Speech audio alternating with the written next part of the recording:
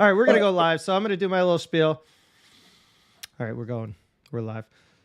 All right, everybody, welcome back to the Squared Circle Action Figure Podcast YouTube channel. We're here live, uncensored. We have a very special guest today, which is going to be awesome. JB Toys and collectible belts. We're going to be... You name it. Yeah, this guy, he'll plug everything. But to start, it's been a long time for y'all. I know. Sorry, I got involved in Revolution and went on hiatus. And I hope you do check out our live stream with Bobby Vallo, though. That was the last live stream. And check out our Revolution Fan Fest video from all the new figures and reveals from Jazwares. I thought that was an incredible video, guys. So definitely check that out. Also, remember, if you love what we're doing here, you got to hit that subscribe button over on the channel. Hit the thumbs up, too. That always helps us out. I mean, we had over 2,000 views on that Jazwares AEW reveal video. So I want to thank everybody for clicking and giving the thumbs up on that video. We're trying to do more with everybody here, man, at the Squared Circle Action Figure Podcast. Before we get to our guests, I also want to remind everyone to follow us on Instagram and Twitter at SQDCircleAFP. Go to our shop too, SQDCircleAFP.com. Our KWK figure bodyguards are finally here, guys. There's so much you can do. It's a 3-part system, but they're really fit every figure. Our outer shell has a UV protection on it as well. I actually have a few here I want to just show off right now. Here's our retro display, and I wanted to give a shout out to obviously the bad guy, Razor Ramon. So I want to show everybody here. This is our kind of full package here to protect and to also guard your figures here. The Razor Remote is amazing here, obviously, on the Hasbro. And these will fit all Hasbro varieties, even the big, like, Yokozuna bubbles, etc., Hulkster Hug bubbles, etc., Zombie Sailor Toys, everything. Anyone you can think about. Chella Toys, too, which we'll talk about with JB in a minute. You can find them on our website. Again, SQDCircleAFP.com. And then also, if you're into Jazwares, we have...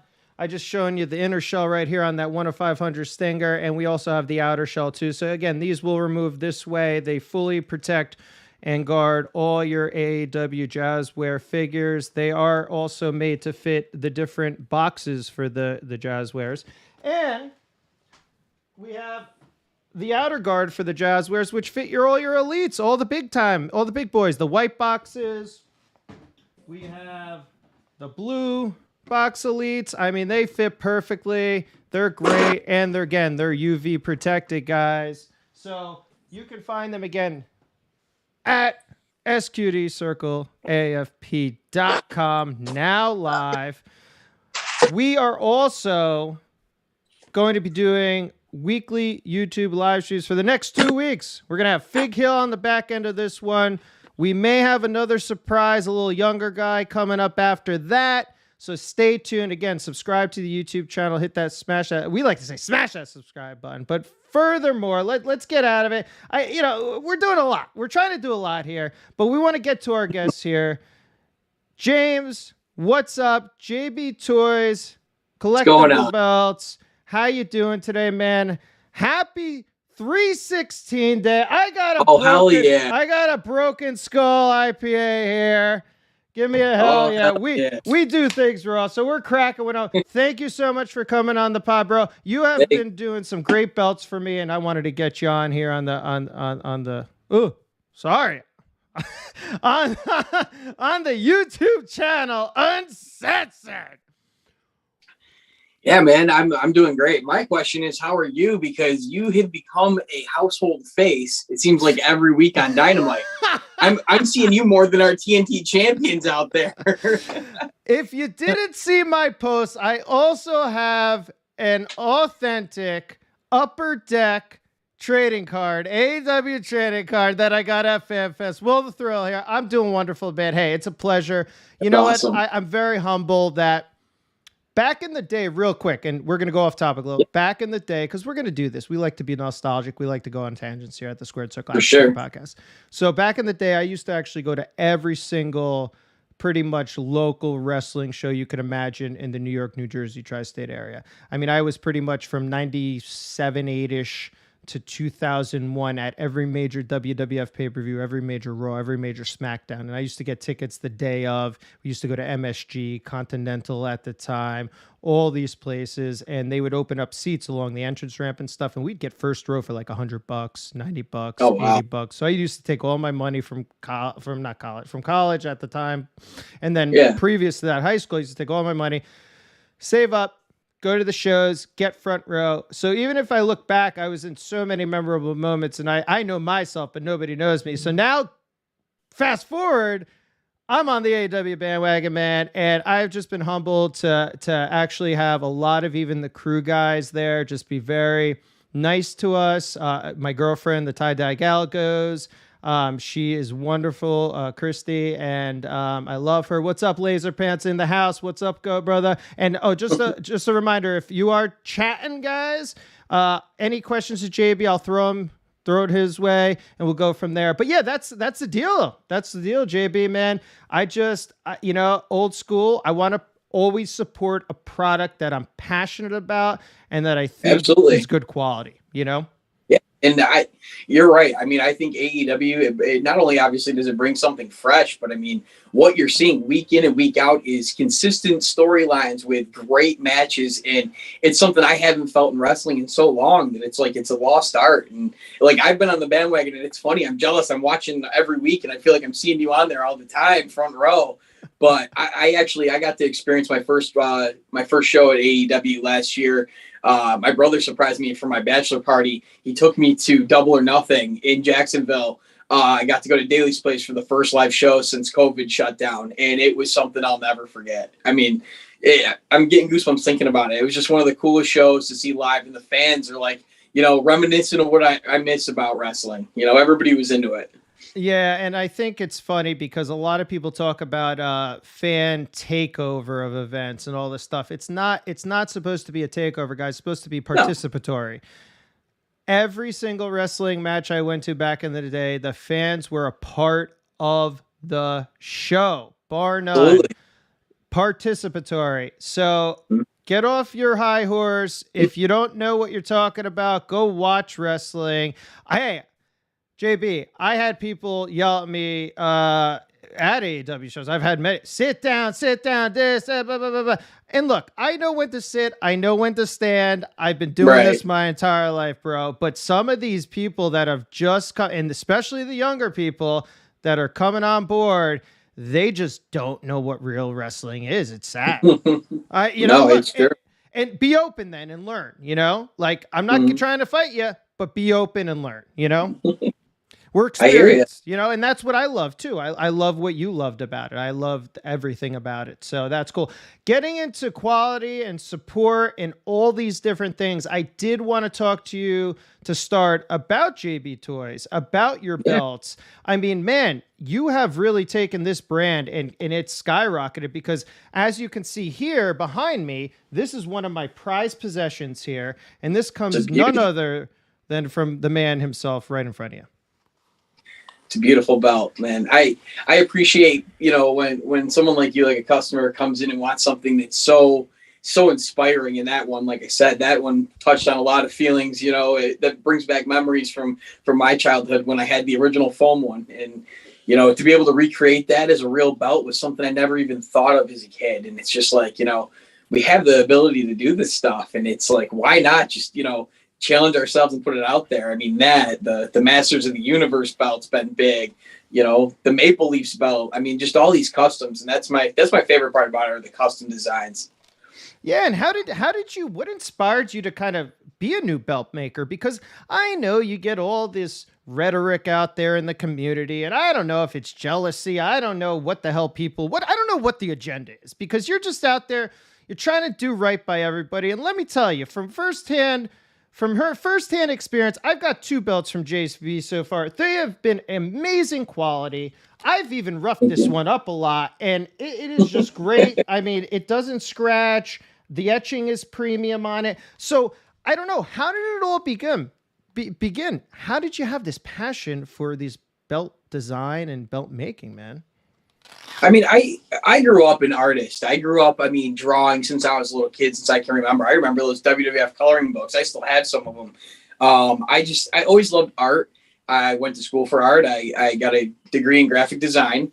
I didn't take it as a career path, and I didn't know where to go with it. And, as I got older, wrestling being my passion, I didn't know where graphic design would kind of fit into that. Yep. And it took a long, long time to figure it out. And I think it was probably 2014, 2015.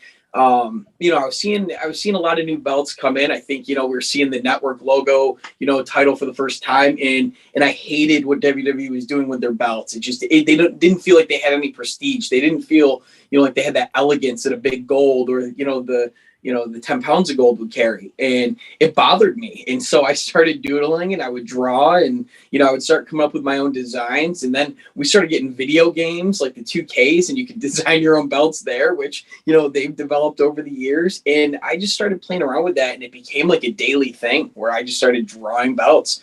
And, as, technology developed, I started, getting different art programs and playing around with them. And, it became a thing where I started designing as like a commission-based deal. And then I just decided, why am I not doing this myself? Because I'm a belt collector first and foremost. I mean, I grew up collecting belts. Now I've got, I think, the first 1999 big gold that was 2mm thin sheet plates that Figs Inc. put out. And, they were horrible. But at the time, I mean, metal and fake leather, you thought you had a real belt over your shoulder.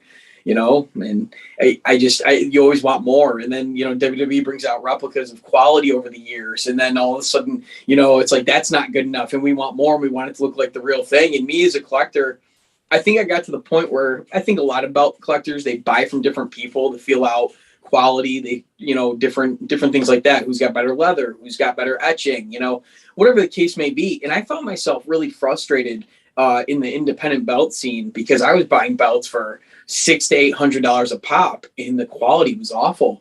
And these guys were going off of a name that I trusted, because I would read on forums, or I'd read in these groups, who was to go to, who was the guy. And some of those names, I was getting product, and I was like, is this really what I should be getting? And a lot of people, I feel bad for them. They don't know. And I'll never forget, I got this Andre 87 belt. It was this big one on white leather. It was my first custom title I ever had done.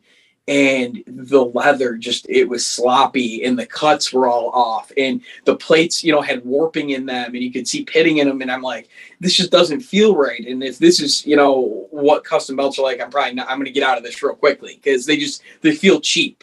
And then, it just was one of those things where I was like, maybe I could do it better. And I think I could do it better. And so I have a couple of guys that I work with closely, and we formed a little bit of a team thanks to our collision shop. I own an auto body business, so I've got a lot of machinery and got a lot of experience with metal work. Between that and my leather guy, we have been putting out belts, I think, since 2016 was when we started. And it's been going ever since. And it's just been a nonstop, uphill battle.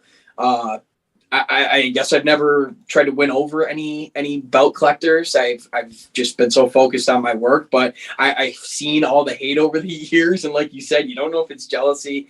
You don't know if it's just not accepting someone new. There's people that don't accept new wrestling brands. There's people that despise AEW from the start. And, if that's me, so be it. It's been so many years now that I don't listen, and I just keep improving my product, because I want to put something out that people love, that people want to feel good about paying for. I don't want people to come back and say, oh, that wasn't what I thought it would be. Like, I want someone to be like, this is like holding the real thing. Like, I love when people tell me, I just got my belt and I can't believe the weight. I can't believe, the leather. This feels like I'm holding the real deal, and when I see that, it's like, that's all I need. And that's, I ignore the hate, and I just keep going for everybody. And it's, it's a passion. Yeah, and that's what you have to do, I think, my friend. And it is sad that like you said, even with the AEW, I'm a realist with a lot of my perspectives and opinions come off of realism, right? And come off of fact too. I mean, facts are facts, I mean, I always tell everybody, you can't really have an opinion or a perspective unless you actually tangibly have that experience, right? I mean, and then you can base it off of. So like for me, I was, there was a lot of people saying, "Oh, why would you get a belt from JB Toy?" I'm like, "No, man, this guy's legit. I can see what he's doing. Like, I could just I can visually see it on Instagram. I can see the quality. I'm gonna go all in with your belts, and I even have up here your I believe this is called CNC etching, and you can probably explain a little bit to our viewers a little bit about this process, because I believe all the belts I've gotten from you do have the CNC etching, which I mean, it is freaking amazing. You also said really quickly about also the heft of the belt, which is amazing. So anyway, long story short, I went with you. I got this first belt, and again, I mean, even with the little tweaks we did on it, I thought it came out awesome, and I could not hesitate when I wanted another one to go to you. I'm sure there are great belt makers out there. I know there's a lot of big guys in the game too. I know like FanDuel, and they're making NWA titles, and you have also the other big guys that do the Major Wrestling Figure podcast belts and stuff like that. And I'm sure everybody's making a great belt, but I went with you, and I thought I want a smaller guy. I thought this was an amazing job. So everybody knows that you could probably buy a belt for $200, $300. I went all in on this. I'm not going to say I went the highest. Tell a little bit about your tiers, and then, this may not be for everyone. I highly recommend get the best. If you're going for a belt, get the best possible. Spend as much money as you want. Save up the money, and you won't be disappointed. But you do have tiers to this process, right? Yeah, and I mean, originally I started out, making two simple belts. There was a low end and and a higher end, and at the time that wasn't even that high end. I mean, that now our high end when I started is probably now the lowest end that I carry. But over time, like I said, the business evolves. You learn new product, new materials, new technologies. Going back to what you're saying first, we traditionally use acid etching, which is the method we've always used for belt making, because that's what I learned. And I didn't have the money at the time to go out and buy a fancy CNC machine and have all the precision stuff that I wanted. And being that I was just starting out and getting my feet wet, I said I'm good with the old school method. So I've always done things that way, but it started to get to the point where that almost wasn't good enough for me, because I feel like I started to become a perfectionist, and I just want to, always improve the product. And so I thought that a cleaner and a more precise, deeper etching was what I needed. And I think it was huge. When we bought the CNC machine last year, I mean, it took a while to get used to it, but once we got the kinks out, I mean, what it's doing is by far, like I said, the cleanest, deepest, most beautiful etching that's on the market. And sure, it does cost a little bit more to get something like that. And, we offer a few different tiers because everybody has different budgets. And we realize that. So, you've got, everything is a quality belt. It depends if you're one of those belt collectors who wants, something that's closest to what you get in ring, like a Reggie Park style. We offer that style belt. There's the Midway belt that's like, a better version of a WWE shop replica. And I say that because it'll have real leather, not simulated fake leather, and it won't have hollow plates. Everything is a solid, real deal. And I can't tell you how disappointed I was when somebody traded me in. We do trade-ins on WWE replica belts and stuff like that, if anybody's ever interested. And that'll knock down the cost of your belt. But I remember getting a Big Eagle from a customer in trade-in, and it was a new one. And I'm thinking, I just got this, why are you letting it go, already? And he said, the etching's shallow. It's just really washed out. And I'm a little disappointed because it's supposed to be their new 4mm, 6mm, whatever it was, thick belt. And so I just immediately took it out into the shop, and I undid the bolts on the back and the screws, and I opened the back, and every plate was hollow. And I'm thinking to myself, what a con, like what a scam. We got 2mm thick plates technically with a 4 to 6 inch or a 4 to 6mm frame. And that's why there's no weight. And these belts all weigh, 6 to 7 pounds because they're all thin, and, they can't etch deep because it's a shallow plate. So, when it comes to replica belts nowadays, you definitely have to pick and choose. But some people think those WWE shop replicas are great. And, like I said, we offer something along that line that's a little bit better than that, and, we just want to give people a different alternative. And like you said, there's a million belt makers out there. There's, some selling for $150 on Amazon, and you're going to get what you pay for. And, it might not make it to you in one piece, and then eBay, you're going to get a step up at about 200 to 300, and you're probably not going to get anything of quality there. So you just got to do your research and be smart and, go with one of the names that you see repetitiously that's putting out the work. And I try really hard to post that on my page as often as I can to show some of our, our newest, customer, creations, because I think they're really inspiring. Yeah, they totally are. And JB, just really quickly before we move on, where can everybody find you on social media? And if they did want to order a belt from you, how do you go about doing that? Yeah, so we're on Instagram, JB Toys Official. You can send us a message there if you're inquiring about a belt. We can give you our pricing. We also have jbtoysandcollectibles.com. That is in our bio on Instagram, so you can also click on that link there. It'll show you our pricing and reviews from customers and some of our belts. Yeah, beautiful. And as we move on here really quick, I mean, you've designed some belts from some pretty high-end clientele, too. I mean, you work with a lot of wrestling talent, professional wrestlers, on either doing custom belts or even doing some in-ring work, like as we see here across the screen here, the Villain Enterprises belt, which was really cool. This was, I believe, what the 6-man tag belt, right? That was done by Ring of Honor as well. So you've had also a close, just good communication with these people as well. Yeah, I've been very fortunate to know a lot of talent in the business today that are very helpful in trying to help open doors. And I don't know if it's always been like that, but even guys that get a bad rap sometimes have been some of the people that behind closed doors, you'd be surprised, have really helped me, carry me to the next level by giving me an open door opportunity. And, the first person that comes to mind, there's two people, and it's Marty Skrull and Nick Jackson. Those are two people that really, really helped me, open the door to producing the BTE title. Marty got me in for the Villain titles, the 6-man tags, and that was the first title I ever did for a major promotion. And I was there live when they debuted them, and there's just nothing like that in the world. And then from there, Ring of Honor, I've done a backup pure title for them that's ready to go. It's a little bit, fresh and up to date in case the other one doesn't make it. I've done stuff for Impact, the Rhodes Academy title for Dustin Rhodes for his school. I've done the men's and women's. But yeah, I've got a new belt. This hasn't been announced yet, so you'll be the first to hear it. I have a new belt that has debuted for the New Japan Cup, and it's around the waist of none other than the Billy Goat himself, Will Ospreay. Wow. I am the maker of the new Rev Pro British Heavyweight Championship. So I haven't even posted it on my page yet, but there you go. I'll be posting that very soon.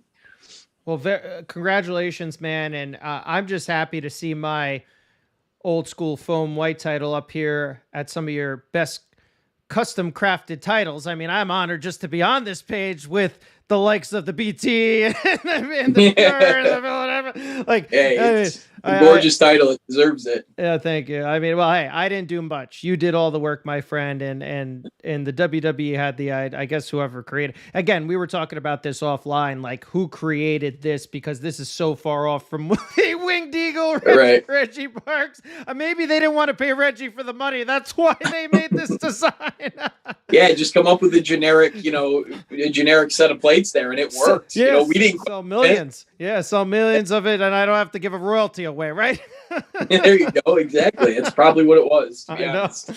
But anyway, it's a great design, and I absolutely love this belt. I also wanted to let people know that if you've seen the post just recently, you did create the second version of the ECW World Heavyweight title as well for me. And man, I'm telling you, again, it's up in my display case over there, but this title, if you look right here, guys, I mean, this is a beautiful belt. I mean, you did a wonderful job with this one as well. Classic design. Rated.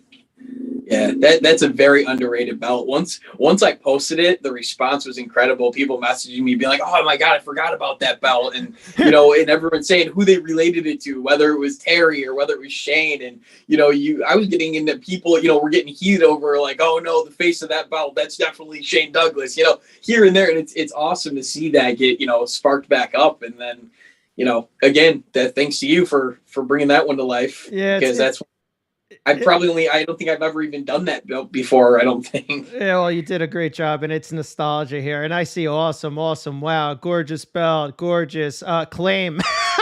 Nobody, Y2Fabe, you're not gonna claim it. I'm sorry, brother. but you know what I'm saying. It's just you did an incredible job with it, and to me, when I remember ECW, and I was a big ECW guy. I mean, 13 to 15, 16 years old, even on to 17. I mean, before, they went defunct. I mean, I was huge ECW fan, and to have this title means so much to me because I feel that, like, the first one means a lot, but I was a little younger and they were on, late night TV. And, Yeah. I got to watch it sparingly, but this belt is the one I really, really remember and I grew up with. And I thank you to bring that back. And it's so funny. I actually have it in my collection. If you see back here, above my AEW, all my AEW figures, because I feel as though that they're so synonymous, both promotions, with each other, and it's just like the evolution of it. But yeah, man, love it, love it, love it.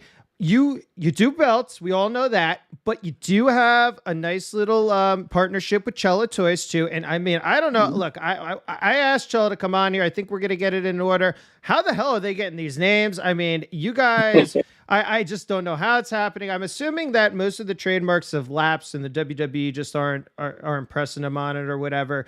But man, some amazing things. How did the partnership with Chella start, man? They reached out to me one day and they just said, "Hey, we're going to start a toy line and we see your passion for these vintage, toys and wrestling figures, and you've got a great following." And at the time I had a 25,000, follower page that got taken down. So that was a struggle because I had so many eyes on my page and they knew it.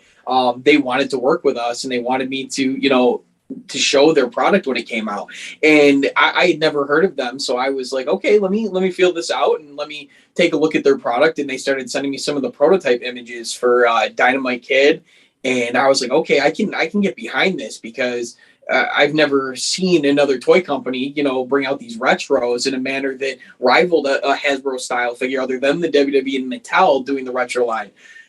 So their first figure was Nick Aldis, and I remember getting the samples, and I definitely, after feeling them in hand and seeing the carding, I was on board, and we made a partnership, and I carry all of their regular baseline figures, and there are exclusives. I had the JB Toys exclusive Nick Aldis in the blue outfit from when he won the title from Cody Rhodes, so that was kind of cool to see our logo on an action figure. Yeah, it's right here. I pulled it up, and I think it's great. I do think that they're filling in those gaps, which is awesome. They're also bringing some current talent to the mix, which, you normally wouldn't get, right? I mean, you're not going to get this stuff with Mattel retros right now. So I think it's a great outlet. Yeah. And I've had the opportunity to purchase them through you, and it's been a very smooth transaction. I'm so grateful for it. And I had that Dynamite Kid in hand, which is great. I got the Bull Nakano from you. For me personally, I'm piecing through it. I'm not going to get all this stuff because obviously some of it's very obscure, not in my realm, but that's what the beauty of this is all about. You can pick and choose, right? You have Mattels, you can buy them. You got Zombies, you could buy them. You got Chella, you could buy them. And that's what the great thing about wrestling figure collecting is these days. Really quickly, I just wanted to go back. Thanks, Laser Pants. I'm so happy you're enjoying everything. Travis, thanks. Yeah, R.I.P. Scott Hall, man. Dude, I had probably the two, and I'll feel this to you as well, JB. The two roughest days as a fan of wrestling, professional wrestling. I don't know what it did to me, but Scott Hall, for some reason, I was just like so depressed, man. And I don't know if it's because he was the first guy from our era that has lasted this long, where I'm cognizant of what's going on, and what, just the man and what he did to get himself out of everything. I don't know. It just fucking hit me hard, bro. Yeah, no, I'm with you. And I think that, like you said, you brought up a good point. You see all the struggles that Scott faced throughout his life and all of his demons, and he's finally overcome that. And, big shout out to DDP and his yoga. I mean, he really turned his life around. And to see someone, and this hit close to home for me, because my mom passed away this past year unexpectedly. And when I heard that Scott went in for, a hip surgery, and ended up having all these complications, and then the heart attacks did this, it's exactly how she went. She went in for like an elective surgery, and then the complications, heart attack, blood clot, and it's a horrible, horrible thing for his family to have to deal with. But like you said, for the fans, this hit hard because, whether it was Razor Ramon and it was that first era that people loved him in, or it was him being an outsider, you saw him throughout your entire childhood when he was the cool thing. It just, you have a relationship and you have a rapport with these people, and you see them at these signings. It's one that you were really shocked, and it just doesn't seem real still, No, I agree with you, and I'm so sorry to hear. I feel for your loss, brother. I lost my father about 2 years ago. It's so funny you mentioned, the hip surgery. My uncle that I'm taking care of now, he's elderly, he has dementia and stuff. He went in for elective. He wasn't even elective hip surgery. He fell, unfortunately. This was literally like 8 months ago, and he had it, and we were worried about all these things too. So I understand everything that they were going through, the family and him, and electing to do these things. And it's so crazy because, he's already had hip surgery. He had that initial hip surgery and just, pulling through. And then this happened. It just hit hard for me. I was super, super freaking depressed. And again, it's just a situation where I kind of don't want it to go away. Like I don't want people to not remember, because we're so fast and so quick to move on. You know what I'm saying? It's like 1-2 days. Okay, forget about it. Like, this guy, I've just been watching his matches nonstop, and he has every right, to have, I don't even know what the WWE is going to do. They got to do something for this guy. And I just wish his family the best. I definitely hope his son gets a job somewhere eventually, and wherever that may be. I don't know if he's even still wrestling. I'm not that good at keeping up with all this shit, but, again, RP Scott Hall, man. Hey yo, and man, it was really crazy. It's the first one that I really, really felt this way about. That's all I wanted to say. Yeah. No, I get it. Yeah, I'm definitely going to be planning a nice Scott Hall marathon this weekend. I already started putting together my match list, so he deserves it, man. A Hall of Fame career. Somebody like that outsider's edge, that razor's edge, what a nasty, nasty power bomb. I love that move to this day. and really, nobody really does it other than I forgot. I'm trying to think who does it, but they do something very similar to it, and it's skipping my mind. If everybody, comments, guys. But yeah, it's just a move that's amazing. And like you said, just growing up as a little kid, my God, we have to move on, because I'm just so disappointed. And you're right. DDP is the man. DDP has always been the man. And if you do have problems with dieting and weight loss and all this stuff and addiction, and I do, I've always been open about it. Follow DDP, man. He's the way to go. I shouldn't even be drinking now, but I am. But regardless, because I'm insane. But it's not hurting me that much. But yeah, DDP is the man, and everybody should fucking go to DDP. He is just like a god. He's an inspiration for sure. He's an inspiration. Look at what he's done for Jake. Nobody more troubled.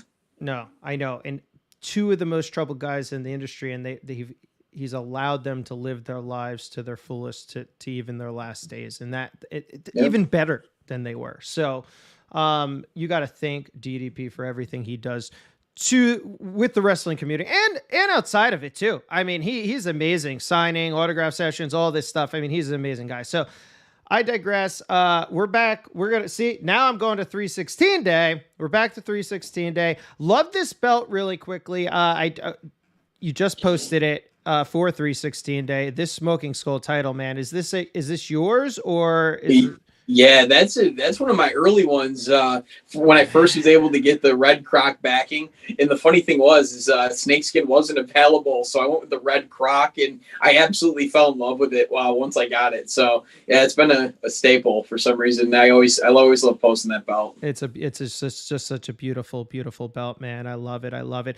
Aside from the Chella Toys, so really quickly, if you did want to get Chella Toys pre-orders through JB Toys, is it just hit you up on Instagram or is that the easiest way is just shoot us a DM and I answer very quickly. We can do Venmo, PayPal, whatever. But yeah, once the pre-orders are up, I try to be diligent about letting people know when they're gonna, end. But get those pre-orders in, because the thing with Chella Toys, and a lot of people, procrastinate, and I'm the same way sometimes, is once the pre-orders are done, we probably will not have much in stock afterwards, if any. They really only ship what was pre-ordered and a few extra in case there's any damage. Yep. And currently, I'm sorry, I don't know when this was posted. I'm looking at March 4th. Yeah.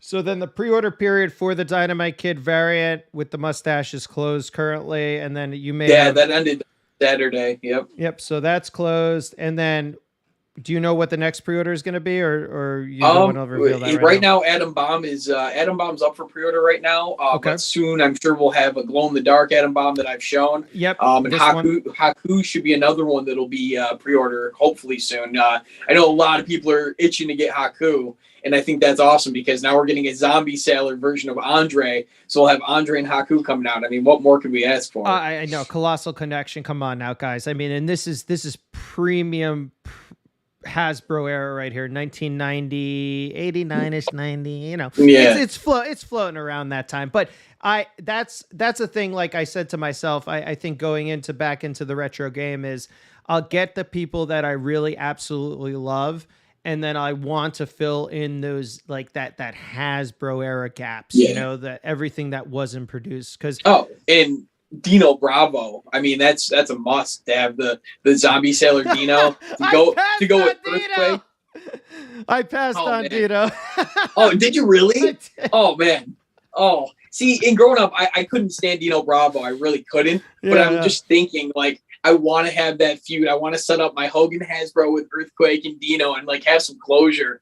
And the same thing with Chella. I mean, we're finally getting Chella Toys putting out Barbarian and Warlord, and we're gonna have the Powers of Pain to finally put with Demolition. I feel like a little kid again. I know. That's pretty incredible. Now that you're talking about it, so it was more a thing that was going around the community that was like, fuck Dino Bravo. So I was like, I was always this guy, like everybody wanted like Mattel to make a Dino Bravo, like, whatever, Dino Bravo, so like I was just like against it, but just to be a little bit of a troll. But I agree with you. I think it's wonderful that we're getting it, and I'll probably end up Zombie's gonna have a little bit on the side. I think he always does.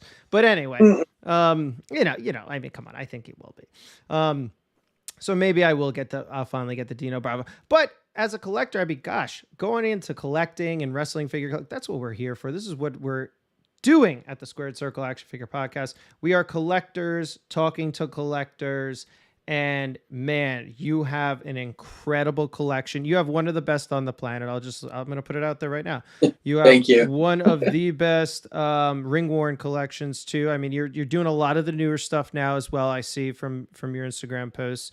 I mean, what got you into collecting, man? I mean, have you just been collecting forever? I mean, I see that basement of yours and I'm like, oh my God, I want to just like pick through it and see what you got down there, bro.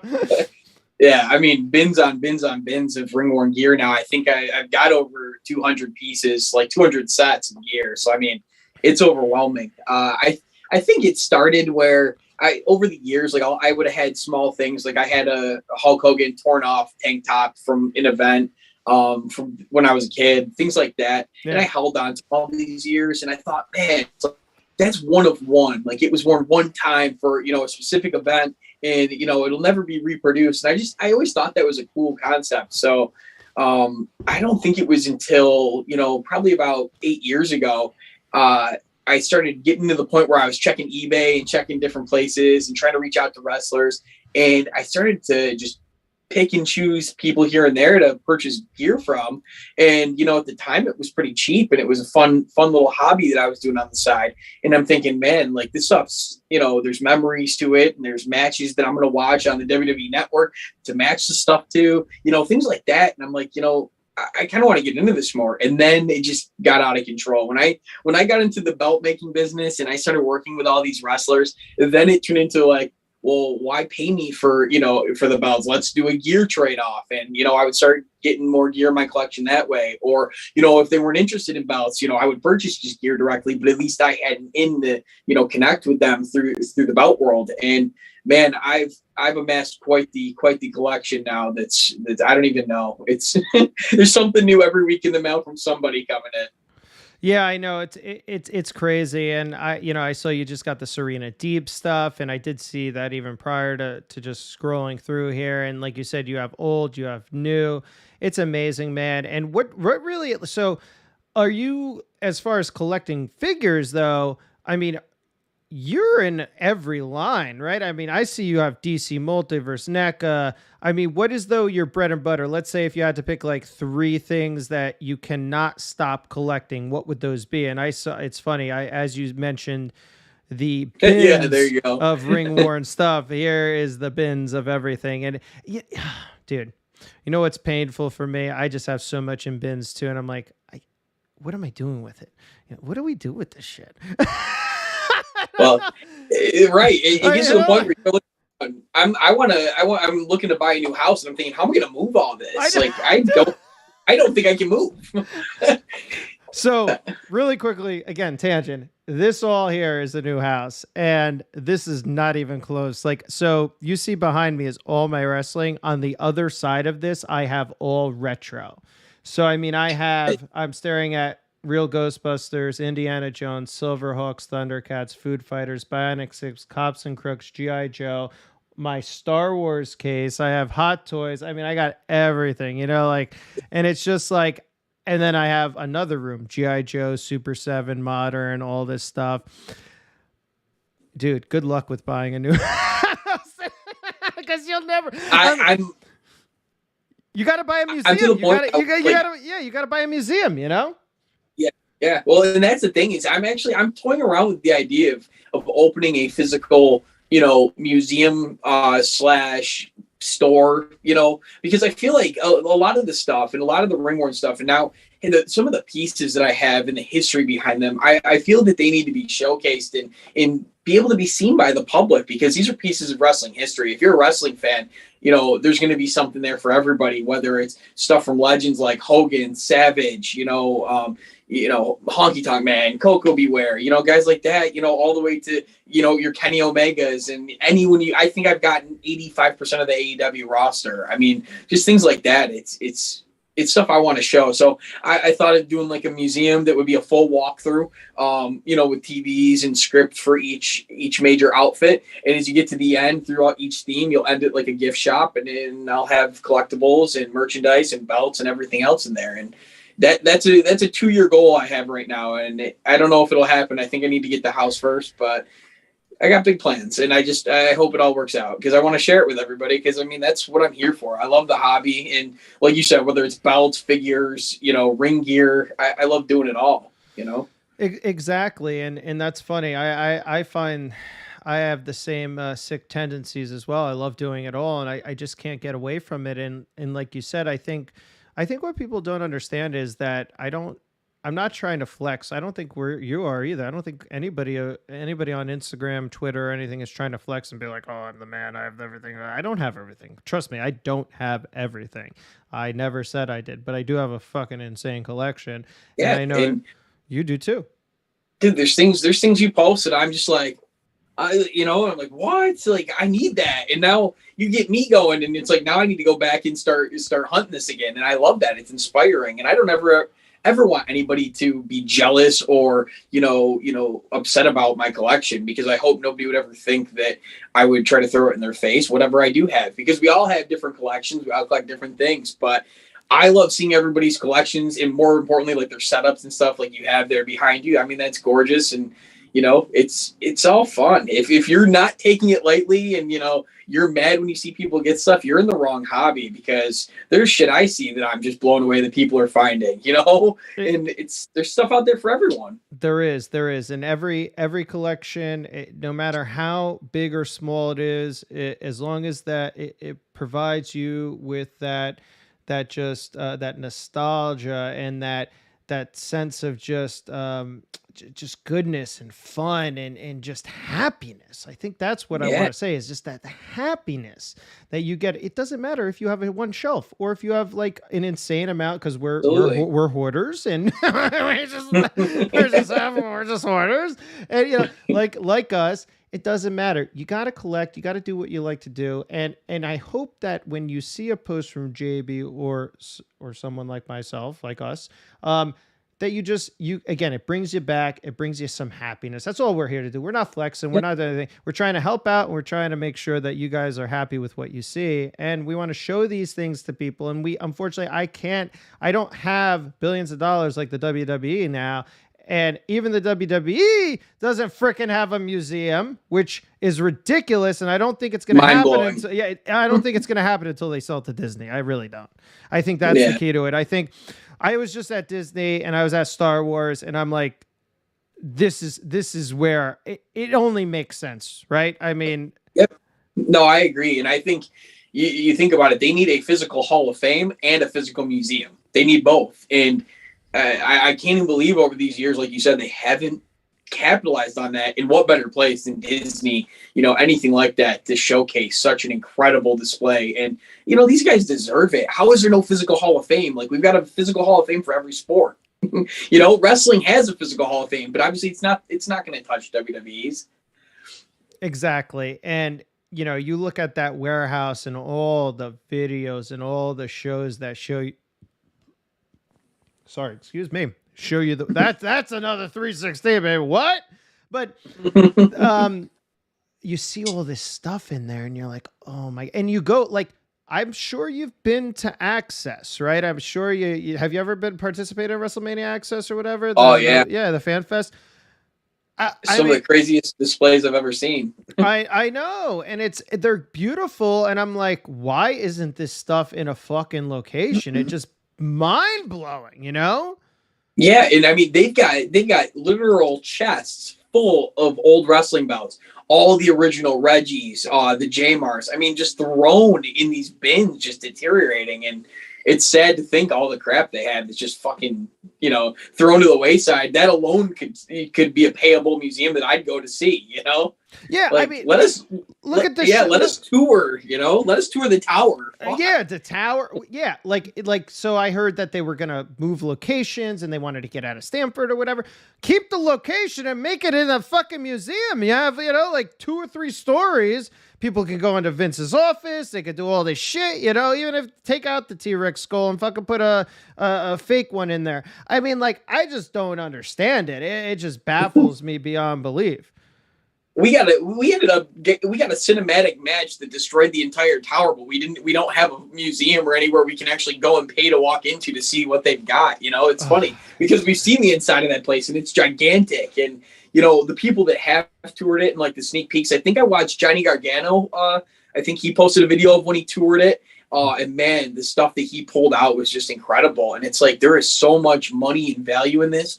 And I mean, the hidden treasures, the lost treasure show. I mean, this is what people want to see. They want to see all this old stuff. It's nostalgia. They want to feel, so they need to capitalize, but I don't think, like you said, I think it'll be Disney before they ever do it. Yeah, I think so. I just don't think, it's so funny how it's a public company, but it's operated so privately too in some respects. How ironic. Yeah.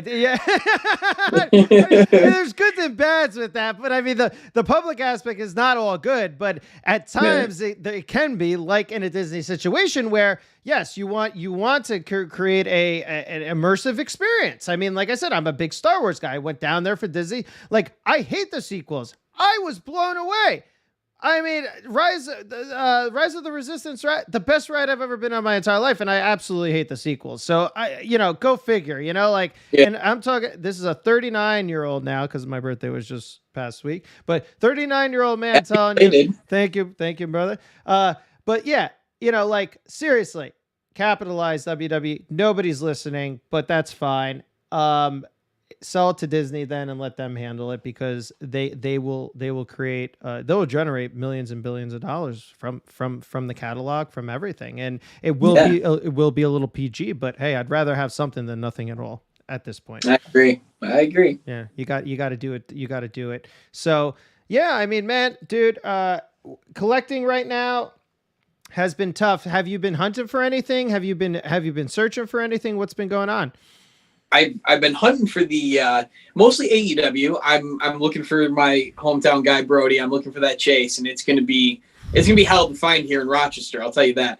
I got about 6 other collectors that are checking day and night with me just to find a case of this series. And then I'm looking for some blasters at AEW to open. And after my initial score from Target on their website, I haven't seen or heard of them since. And it's like, I don't know. I'm just itching for some AEW stuff. And I'm like, sure, I buy my stuff on Ringside and I'll pre-order, but it's not the same as the hunt, It is never the same. It's funny that you said that for the AEW blasters. I just bought 2 cases of 20 blaster boxes. And I got them off of online, and I spent about $47 a blaster box or whatever. So again, look, it's about going right, but dude, the amount of cards you get, like just memorabilia cards, and I never got them at the hobbies. The hobbies are a waste. Do not buy the hobbies, guys. Let's just put we were talking about this. I was talking to someone last night about this, and I'm like, why is it that AEW is the only card set that I've seen where the hobby gave you absolutely nothing for a premium price, but the blasters gave you all the hits? I mean, people are pulling autos and relics out of these blasters night and day, and then you're getting a hobby box, and people are saying they've opened 2 to 3 and they haven't pulled an auto yet. And I'm like, what are you paying for? And as a matter of fact, I got one sitting right here, and I'm terrified to open it. It's still in the shrink wrap because open it. it's not worth shit right now. Dude. So I'm hoping in 20 years that I can dust this off and maybe pull something worth value. I don't know. Well, don't listen to us, but I've opened 5 hobbies. I have 2 in my case. I opened 5 hobbies. I got 1 auto, which was a Santana. Okay. Okay. And that's it. And then I got I got a couple of 100s or whatever. If you're here's the key to the hobby. The hobby's good if you're looking for a base set. You're gonna get a lot of base cards. If you want to do that first time, first edition base set, and you want to have the full base set, do it. But I also found with the hobbies, the centering was completely off, which kind of sucked on a lot of the cards. So I have a pile of that. Yeah, it's not good, bro. It's not good. Man.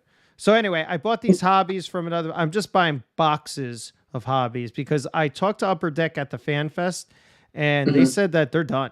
Like hobbies and blasters, first editions are done.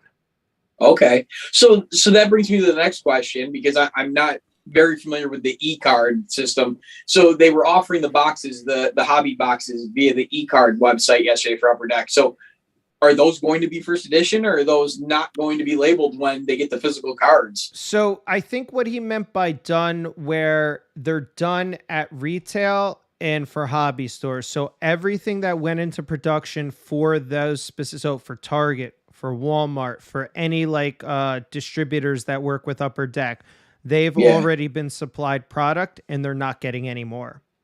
Which is crazy. I never saw them in store. I never saw them in store. And I talked to one of my Target guys that works at the shop. He said he saw them once, and then the sports guys just grabbed them all up.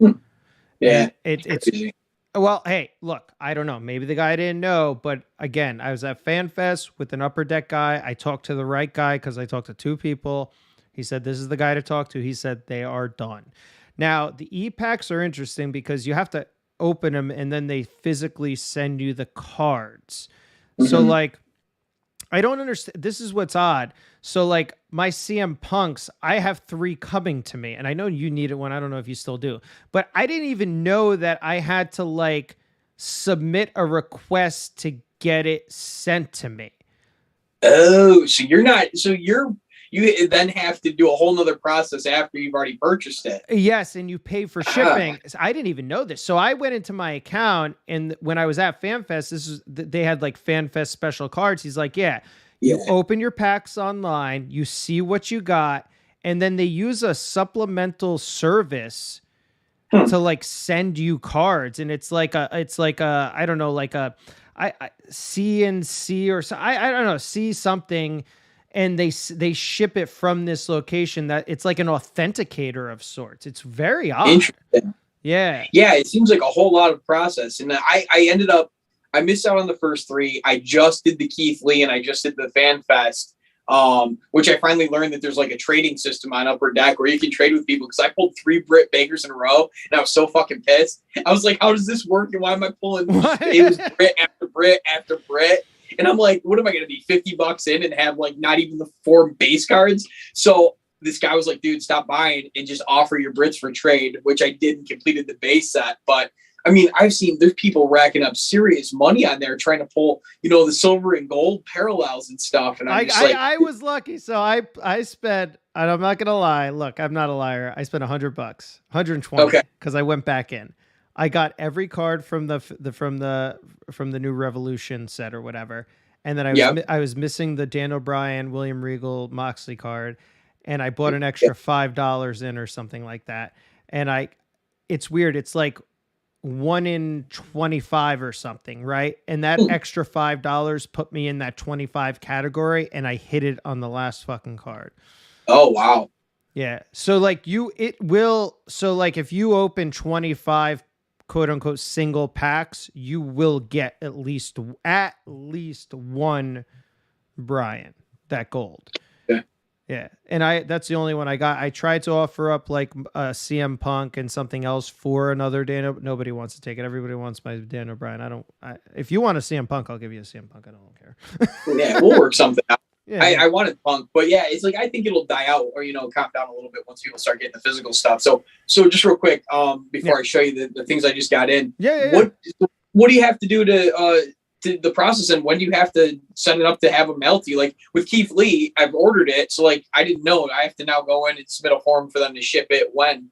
Yeah, so you go into the app or whatever, or the online site, and they'll have an option there. It's like a little bit of an icon that you click to. It's basically saying that I want the physical copy, and then you just click that, and then you have to pay for shipping, and then they'll ship you the card. I'm gonna wait, so my FanFest cards and my Revolution cards, I'm gonna wait till everything's available, and I'll have them all shipped at once because I don't want to pay ridiculous. I don't want to ship every single card and pay $5 or $3 or whatever the hell it is that they charge you for shipping. But that's exactly what you do. But this is not explained. Like I'm in this, right. I'm like, what the F? I had 3 punks sitting there, and I'm like, oh shit. I clicked on the button, they're like, ship to you now. I'm like, oh, this is fucking how you get this. Like, maybe I'm too old, JB. I don't know. Hey, I'm with you on this. I was lost. I was sitting there trying to read up on it. I'm like, there's not much I don't know in this scene with this e-trading, e-card crap. I want a goddamn trading card in my hand, and I want it out of a pack of cards that I physically rip open. And I might be old school, but seeing it poof on my screen's just not doing it for me, Dude, I completely agree with you. Like, just give us the fucking physical copies. If guys, Upper Deck, come on. What do you got in? What do you got for your? These just came in today. So I finally got in my Ultimate Warrior from Amazon. Blah, blah, blah, blah, blah, blah. Yeah. And, my brother was asking me, he's like, oh man, he's like, so what's different about it? And I'm like, honestly, they just corrected a couple of their mistakes, gave us the correct belts, and that was it. But I've never been sold on the Ultimate Warrior facial expressions in these figures, especially the one with no paint on it, because it's like when at the end of that match, his hair was so different. Like, this looks like his hair's all done up, like he's going out, to dinner. Like, what the hell is this? Well, so I don't know if you realize this, they took the old sculpt and they just made it unpainted. So it's actually literally the old Legend sculpt unpainted, and there's nothing different to it. So it's actually a reuse on the head sculpt for the unpainted. And one thing, you can't even put the unpainted on the body because his body's painted and then he has an unpainted head. So that makes absolutely no sense. And the picture on the back of the box does show him with face paint still hanging off his face at the end. And he still has face. So and this is the funniest thing about it. Look, and I did a review on this figure. So go check out the YouTube channel. I did a review, an intensive Ultimate Warrior review on this figure, and I brought out all the minor subtleties. But yes, he did have a little paint paste. And on this Survivor Series figure, they gave him a head sculpt with some face paint still on it, but some removed. Right. Yeah. So it just doesn't make any sense. And not only that, I just don't like this Warrior because the wrist paint is still off. And to be honest with you, so here's my take on the belts, and you're a belt guy. The belts seem different. So when I look at the old belt, the world is correctly placed, but on this new one, it just seems like Asia and Europe are all in the front, and I don't know, it just looks weird. Check out my YouTube review, man, if you haven't, because I didn't think that the belt was right at all. It just looks like the whole Asian continent, Euro-Asian continent, is like in the center, and it just doesn't look right at all to me. But yes, it does have the right belts in the sense that you're going to get a yellow strap title and a black strap title. I get that. Yeah. But the wrist taper off, and I just don't like this figure at all. I'm sorry. Yeah, it was underwhelming. I had to have it to complete the Ultimate Collection. I was like, whatever. You know, I was more excited for the Triple H, which the Triple H is, God only knows when we're going to get it. But my favorite thing I pulled today, and I'm sure you've got feelings about this line, is the brand new, the Hulk Hogan NWO. Man, these Superstars figures are so freaking cool. Dude, they are the best figures that Mattel is making right now. And I tell you, JB, I'm a realist. I'll tell you when I love it, and I'll tell you when I hate about it. And this, if you're not excited about this line, guys, I don't know what's going to get you excited about wrestling figure collecting, because this has everything. Right? Oh, man. I mean, the carding is so nostalgic. I love the carding. They kept the backing white and simple, you know, very strong concept art. I love it. But even like the figures themselves, I mean, my biggest thing is they're so reminiscent of the Remco AWA style that hasn't been touched in so many years. It's basically those with articulation, and what's not to love about that? I agree. I think they're amazing. And I think also the hands are swappable with Elite figures. I'm pretty sure they are, because those come with extra sets of hands. I've opened up my Hollywood, and I haven't done a review, guys, yet. And I wanted to do it, and I got super busy, and I had it all set up, and I was doing it, and it was a disaster. But this line is one of the best lines ever. And I think the hands are swappable with Mattel Elite and Ultimate Edition hands. The Honky Tonk Band comes with an extra set of hands. The Hogan does. I mean, look, the back of the card. The back of the card is amazing. What the fuck? Mattel, the Ultimate Edition packaging sucks, Steve. It sucks. Okay, I'm sorry. Yeah. Everybody says it sucks. All right, you put the fucking accessories in the middle of the packaging. You don't put accessories in the middle of the packaging. Stop. You can't even fucking see the figure on the shelves. I'm going at you right now, because I know, like, I've talked to people in the industry that are working on figures about this shit, and they would never do that with fucking Ultimate. Nobody wants to buy accessories. I'm done. And when you look at this box on the shelf, you're right. I mean, the Ultimate Warrior figure is tucked over to the far left corner, and the main focal point of this is the two belts, the head, and the two fists. And it's like, why are you showcasing shit that's like add-ons? Like the figure, and the reason why is because the figure's lacking. You know, in something like this being front and center, there's a reason, because this figure stands out. But this Warrior, I mean, it was like, hey, we corrected the belts, kind of, like you said. You know, here you go. And it doesn't feel like they put much effort into this, but the Superstar line, the back of the card, even the Too Sweet on the back of that Hogan, everything about that Hogan, like just the fucking copy, everything is amazing.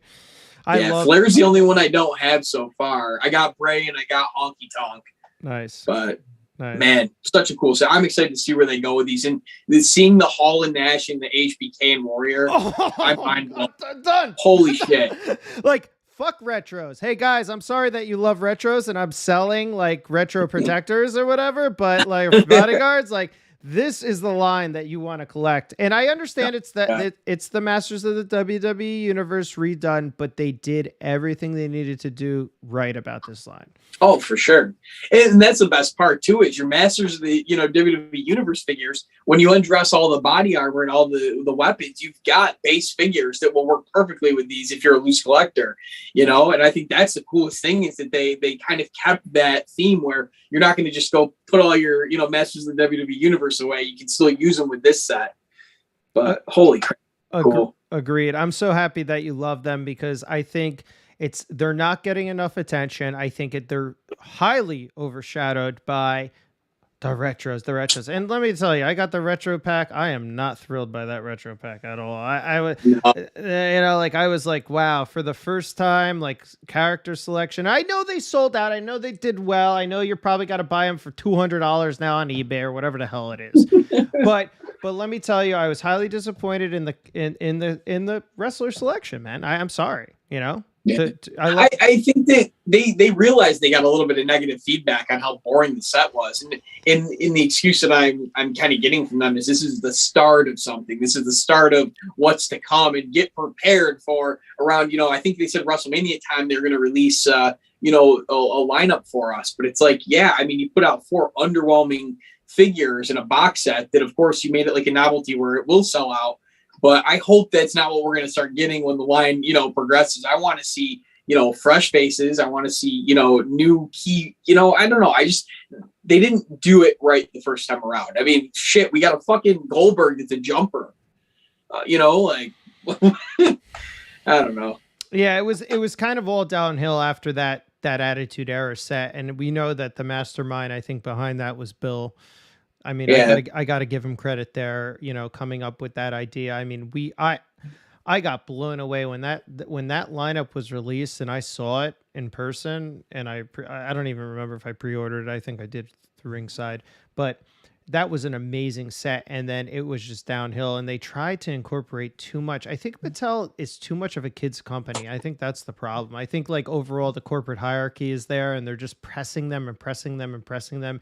They never want to take a chance. They always have to be calculated. They're always looking at their analysts and what's hot, what's this, what's that, what's going to sell. This is a toy, blah, blah, blah.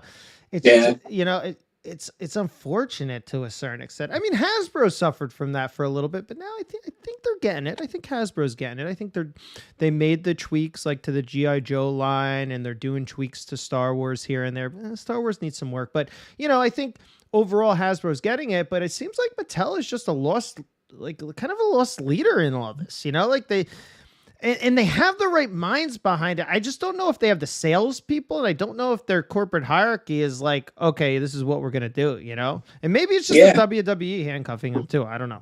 Who knows? It very well could be. I mean, you see WWE's product is very much, more kids based, more kids oriented, and if that's the direction we're going for the Disney buyout, so be it. But yeah, I mean, I feel like they're not taking much risk with the toys, and it shows. And it's like I hate when a company, has longevity with a brand like Mattel has with WWE, and then starts putting out, reproducing the same stuff and giving us, oh, hey, this figure came out, you never got it. Well, we're going to put it back out. So the original's got no value, things like that. And it gets repetitive, and Jax was horrible for it. And, Jax, that was their demise in that Jax Classic line. I mean, it was just repeating repaints over and over again to the point where they couldn't do anything else. Yep. I just hope we don't get to that with Mattel, because I want to see so much more potential from this line. Like, these superstars were a great surprise for us, but, like, there's so many others they could be doing. I don't know. The creativity, I feel like they've got the right mindset, but it's like you said, there's something's not driving it, and I don't know. And AEW, what do you think? I mean, when you look at Jazwares' AEW line compared to Mattel, like, pros and cons, like, where do you think they both sit? I mean, Jazwares is so far ahead of them in creativity and uniqueness. I mean, it's just, even just with some of the, look, I'm not a proponent of some, like like, I had Jeremy on the podcast. Go check it out on Podbean, Apple, iTunes. You can hear what he has to say about the line, et cetera, et cetera. But he talked to me just about Luminaris, right? Luminaris, whatever the hell however the hell you pronounce it, And I asked him, like, what is this? I look at that and I'm like, what the frick is that? Right. And he was like, literally, Jericho just like had the idea. He's like, this is just like something really cool, and this is I guess the definition is like kind of like illuminating or elite or something like that, and Jericho was like, why don't we call this something? And that's why you're seeing obviously his Corazon figure coming to life, because he was like, Jeremy is so hands-on with the talent, and he also, I think it's that whole AEW mentality with Tony and the talent and everything, like just to be collaborative, right? And just to take chances, and just, if it sticks, it sticks. And look, I think it's a great name, and I am kind of it's growing on me. I think with the Blood and Guts, I mean, look at the whole Blood and Guts Jazwares line was based off of a show that I never got to see in Newark. I mean, Newark, New Jersey was supposed to be the first Blood and Guts show from AEW, and I think they had one after that, but Jazwares looked at this idea and they were like, oh, wow, this is unique, and we can create a line from it, and we could do bloody figures. And I think it's amazing. And just the little things here and there, the bringing back of the buying. Jeremy explains this in the podcast interview I did with him, of the license to use LJN. I think that was huge. And him talking through how he acquired it, or had the right, now has the rights to use it through Spiff TV, who's the owner of Chalkline, and all this stuff.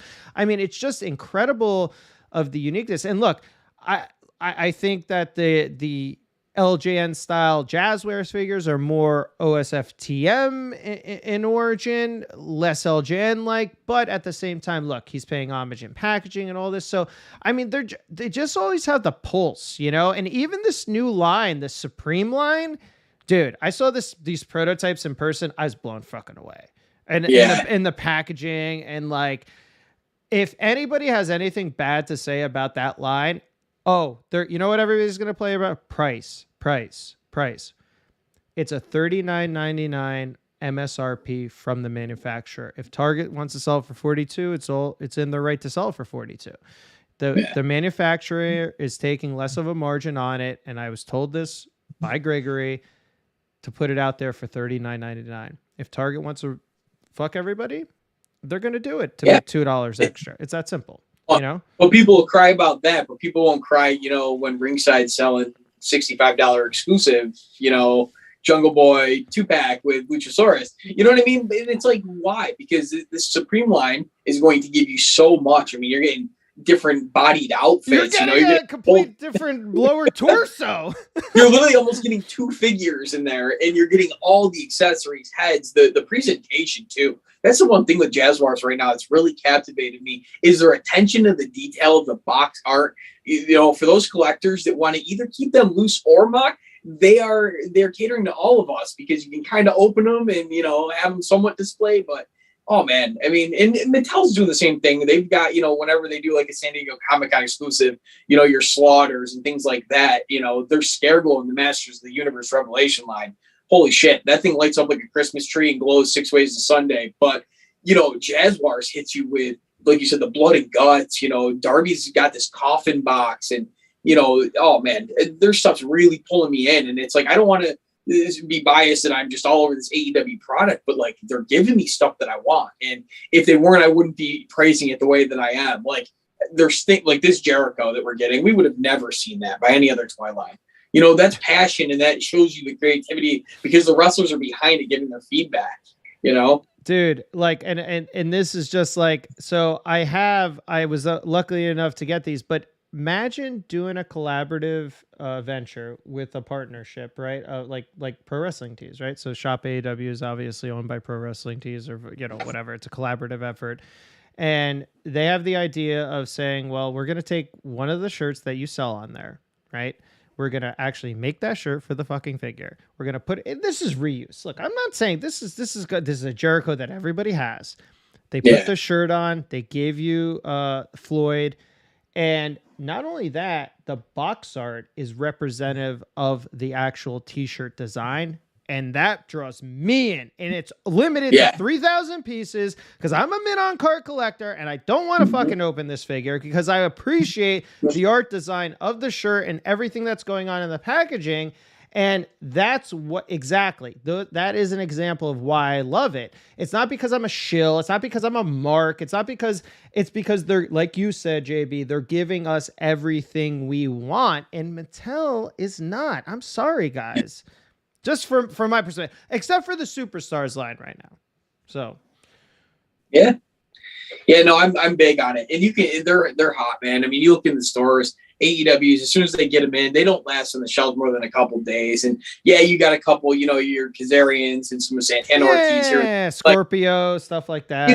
But when that hot stuff hits the shelf, I mean, it's gone, and it's a struggle to find this stuff at retail. And the chases, I've been fortunate enough to find a few, but I'm pounding pavement hunting day and night, so you're bound to turn something up. But that again pulls in a collector to who wants to hunt, who wants to find those exclusives. I remember doing it, back when Jax had the 1 of 500 chase belts, and then Mattel did the chase pay-per-view chairs originally. I think they were 1 of 1,000. They did the belts too on the initial release. The big belts, why the hell? Like and I hate when they say this all the time. And they ask, "Are you ever going to do chases?" No.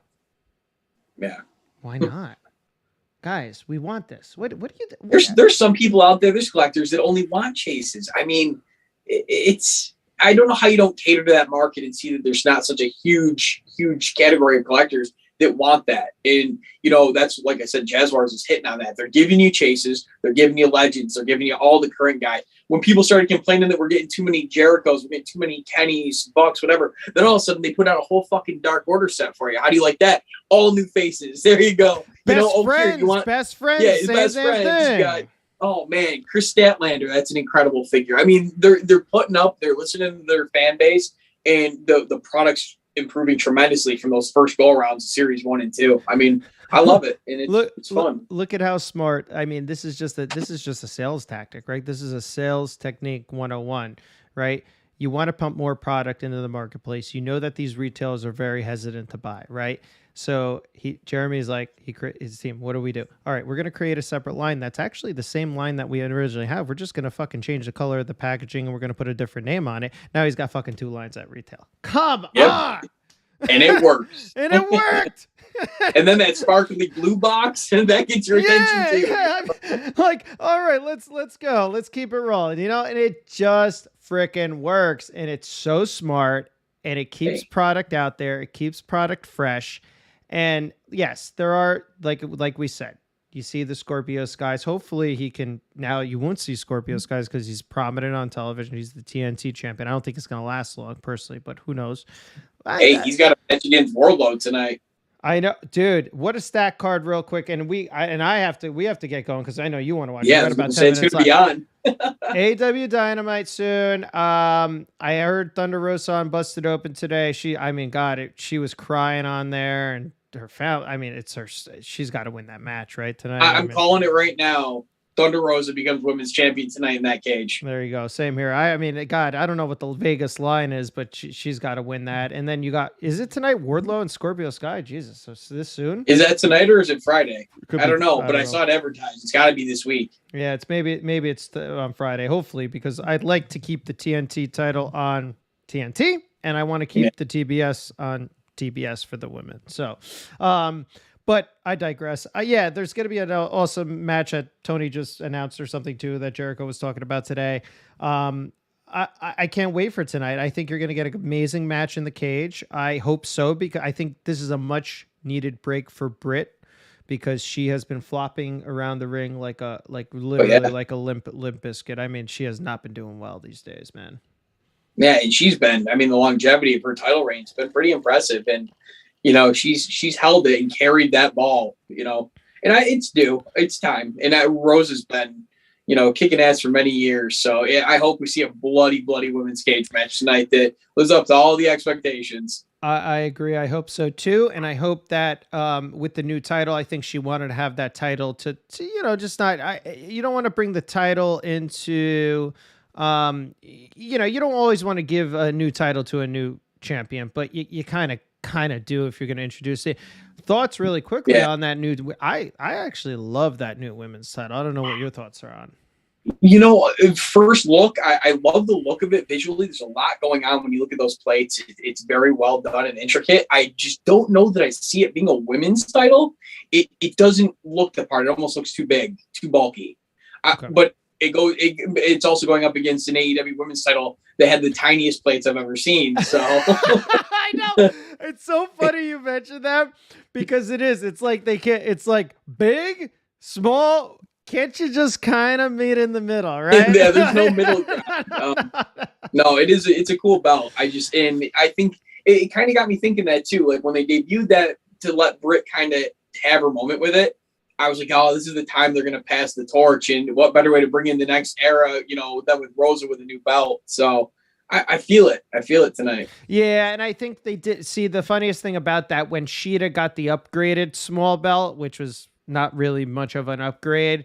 When she had that upgraded title, she lost it to Britt right at that day. And I think they just didn't want to give that away. And also Thunder Rosa pinning her on the previous Dynamite before Revolution. You would never get a pin like that, even in a tag team match before a title change. It just didn't make any sense. But now it's let's just put it this way. Do I like the booking? I don't, because it's a little predictable. And AEW has been a little predictable, guys, but it's still good storylines, and I think they're still, you know, they're still on par with, they're a hell of a lot better than WWE right now. But just be patient with them, and I do think there's a title change tonight coming too. I'd bet on it, man. What else is going on? I guess Jericho's going to be out there with the What did you think of the Jericho Appreciation Society? What were your thoughts on that? You know, I love the guys from 2.0. I think this is great for them in their career. I can't stand the name of this group. They need to fucking change that quick. Yeah. I mean, I don't even understand. You don't need to stroke Jericho's ego, so why name it that? It could have been the Inner Circle 2.0 for all I gave a shit. But like, it's rubbing me the wrong way. I don't know. It feels like Inner Circle got stale, and you're kind of just pushing the same thing again. And this whatever the storyline is with him and them needs to happen quick, or else I think people are going to lose interest fast. Yeah, I agree with you with that sentiment. I just don't think the name is off-putting to me. I love 2.0. I saw them in Pittsburgh for the first time, I think, at a dark match, and I forgot their names, but the Squareface guy or whatever that Jericho has to put that on in his promo tonight or something, the Squareface guy or something, just in fun, just like poking at it a little bit, because that's what he called him. But I even told him, I was like, dude, man, you guys are awesome. You guys are like literally the best heels, probably besides MJF. Like, they are just healing it up perfect. I think they're better heels than MJF, because I still hate them.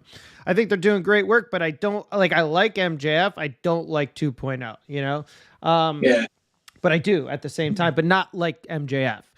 It's weird. So anyway, yeah, I agree with that. I think that they need a name change. I hope they do it sooner than later. And yeah, we'll see where it goes from there. But man, dude, we're 5 minutes away from Dynamite, so we're going to have to get off here. I want to thank everybody for joining us. JB, where can we find you? Where can we get some belts? Where can we get these Chella Toys mega, was it? God, I freaking always forget. the Megastars line by Chella Toys. Megastars. Okay, yeah. Yeah, you guys can check us out at JB Toys Official on Instagram. Shoot us a DM with any belt questions or pricing. Same with Chella Toys pre-orders. And you can also find us on jbtoysandcollectibles.com and learn all about JB Toys and what we do and what we sell. Awesome, guys. And don't forget, check back next week. We're going to have Fig Heel back here. Squared Circle Action Figure Podcast, Uncensored. Don't forget to smash the subscribe button. Hit the like button if you like what you're seeing. Don't forget to follow us on Instagram and Twitter at SQDCircleAFP. Go to the website, buy some figure bodyguards. Bodyguards, guard your figures at www.sqdcircleafp.com. And until next time, remember, we're the gold standard in wrestling figure collecting. Peace. Thank you so